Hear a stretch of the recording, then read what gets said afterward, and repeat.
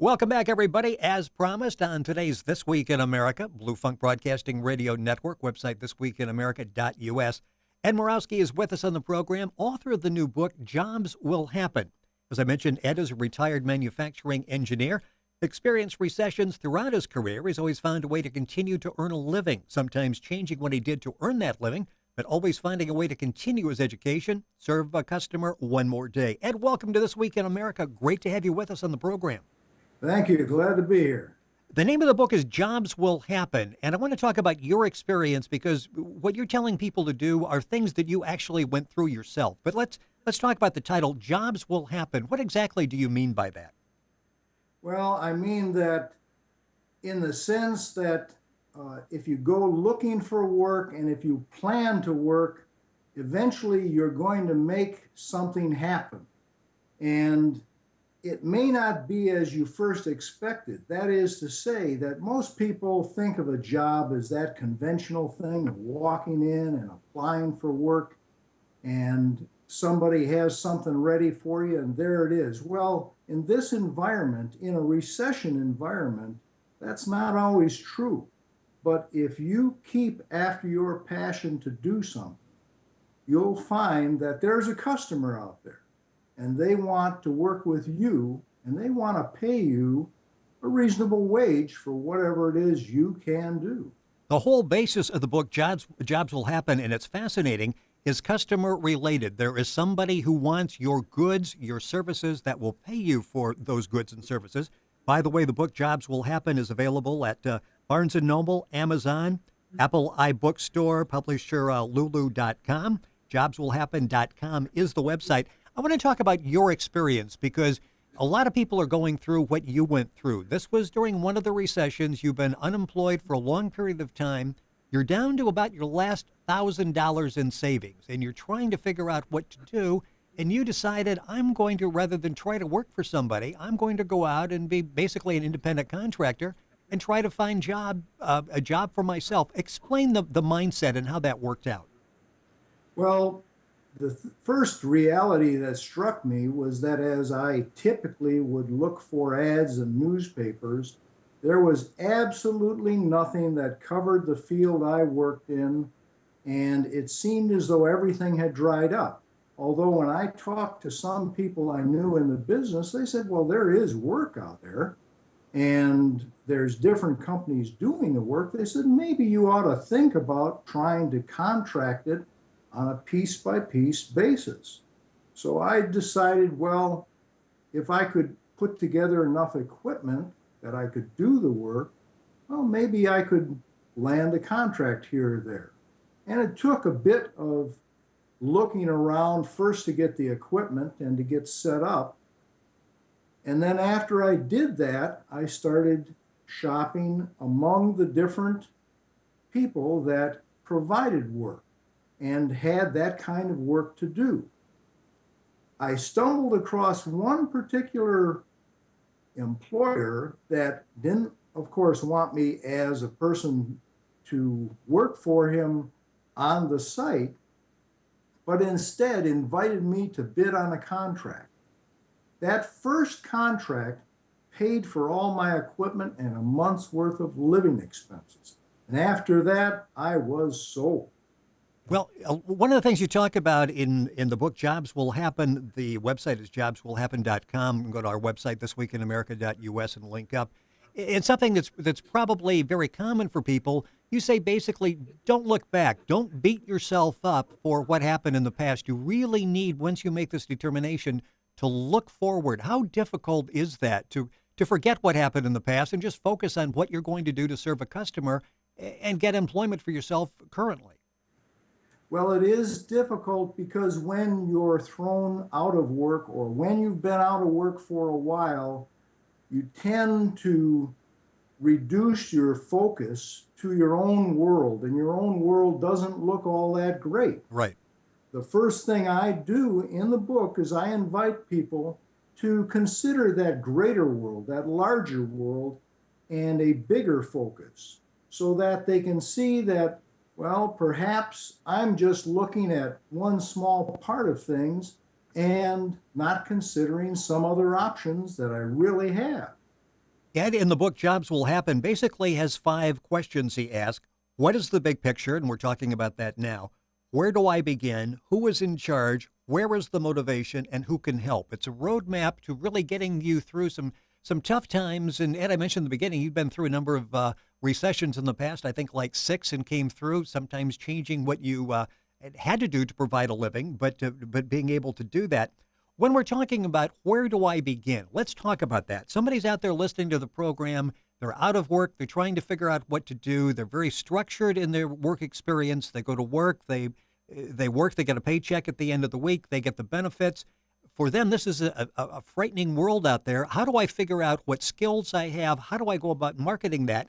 And we'll take some examples in the book. You talk about auto workers. You're from the greater Detroit area. A lot of people who worked for years, again, in a very structured environment, working in an assembly line or working for one of the General Motors or one of the other companies in the Detroit area, they're out of work. How do they go about finding something they can do to sell themselves to a customer?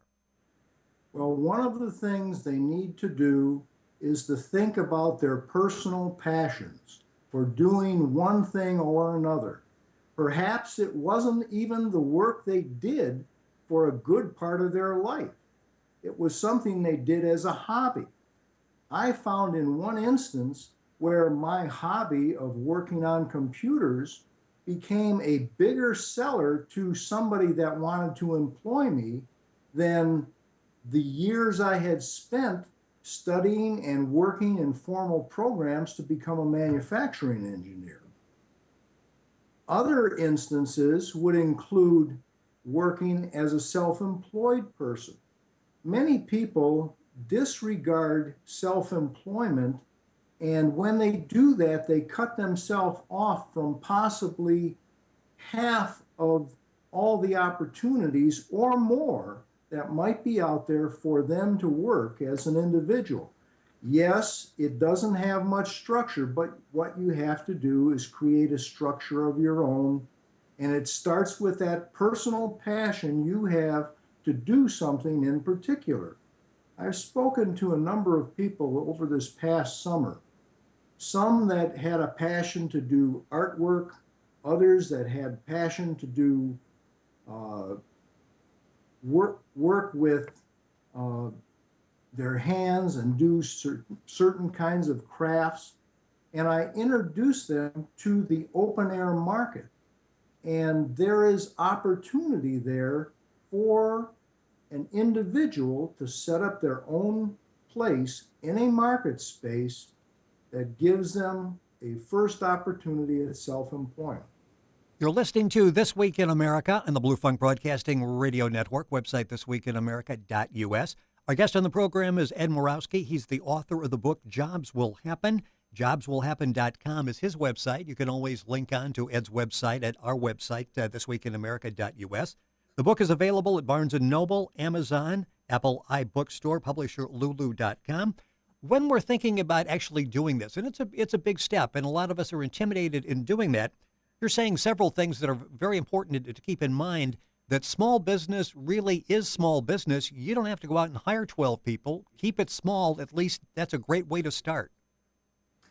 It is, and sometimes you may not even want to stay in business any longer than it takes you to find that first job that has more benefits for you. Right. So if you start out small, it might be something that keeps you going and perhaps only last for a year or two, but it pays the bills, it keeps you involved, it keeps you working, and oh, by the way, when you put it on your resume, it's quite impressive to a person that wants to hire you for a job that you know what it takes to run a business as well as be a person working at a business. You bring it down to a very common level as you're talking, and again, some of us are intimidated by that thought. You don't necessarily have to be Bill Gates to start your own business. You're saying that the private business people are not necessarily brilliant. They just saw a need, a service that they could render, put a price on it, and went out and sold it to customers. Right. Even this past summer, I've seen people pick up work in the business of putting in sprinkler systems or putting in landscape work. They needed to develop some experience at doing that, but after having done that, they've been able to sell that on a piece by piece, customer by customer basis. And they've made a job out of it. You know, it's interesting. So many people struggle, and I mentioned the chapters in the book, the motivation, who's in charge. One of the things you talk about, and it's so frustrating when you're out and you're beating the pavement, you're not getting anywhere. You're saying one of the first things that actually goes away, and we need to focus on this, is taking care of ourselves. Everything looks a lot better if we actually have our health during this period.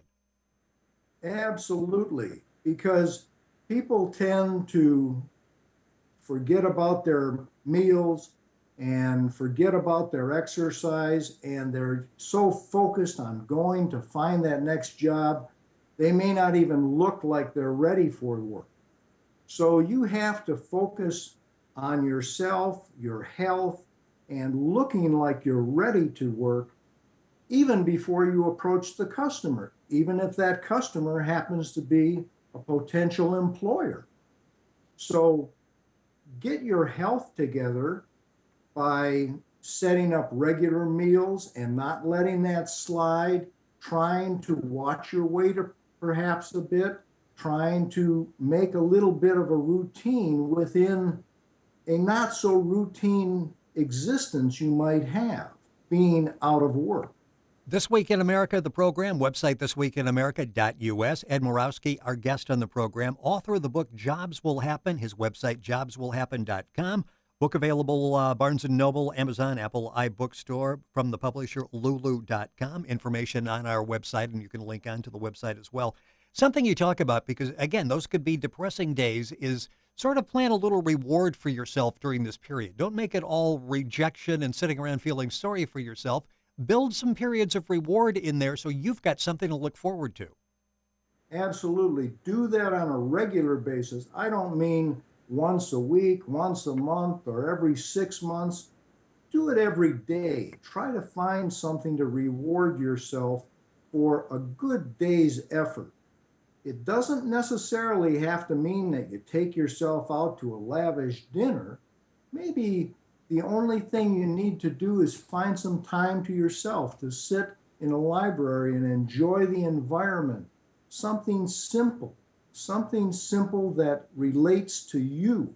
And if you find that reward on a regular basis for having done some effort towards either making a job for yourself or finding a job for yourself, you'll find that your effort is sustained and that you'll go further in your effort as you incorporate that into your everyday work.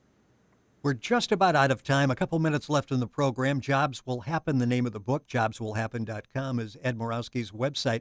I really sense in reading the book you feel a major way out of this recession is to keep in mind the customer. There is always somebody out there looking for goods or services, and we can fulfill those needs.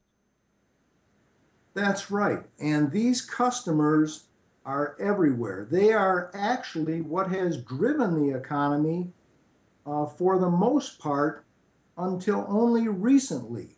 And right now, everybody is looking for the customer to bounce back to bring us out of this recession. There are customers that are buying things every day, and they're available to us. One of the things I try to do in the book is point out different customers that might be available and that you haven't considered, and things that customers consider. The easiest way to get track of that is to think about yourself as a customer. What things do you buy? What things do you want to see? How do you want to be treated?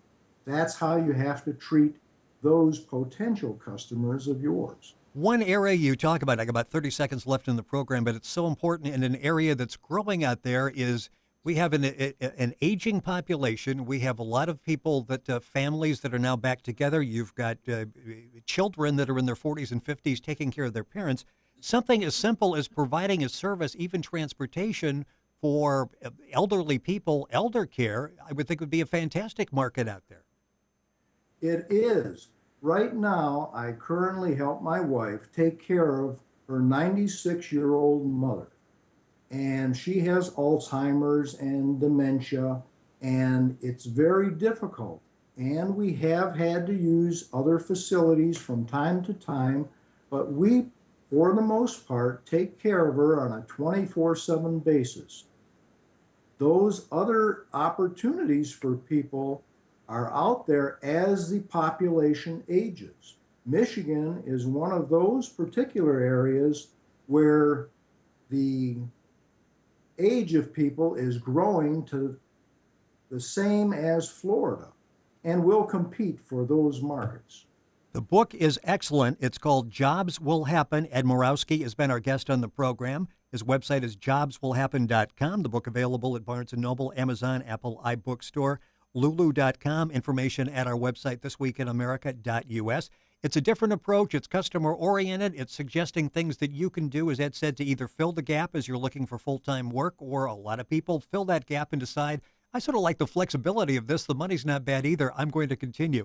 It's an excellent book. It's Jobs Will Happen. Ed, thank you for joining us on This Week in America. You're welcome, Rick. Thank you.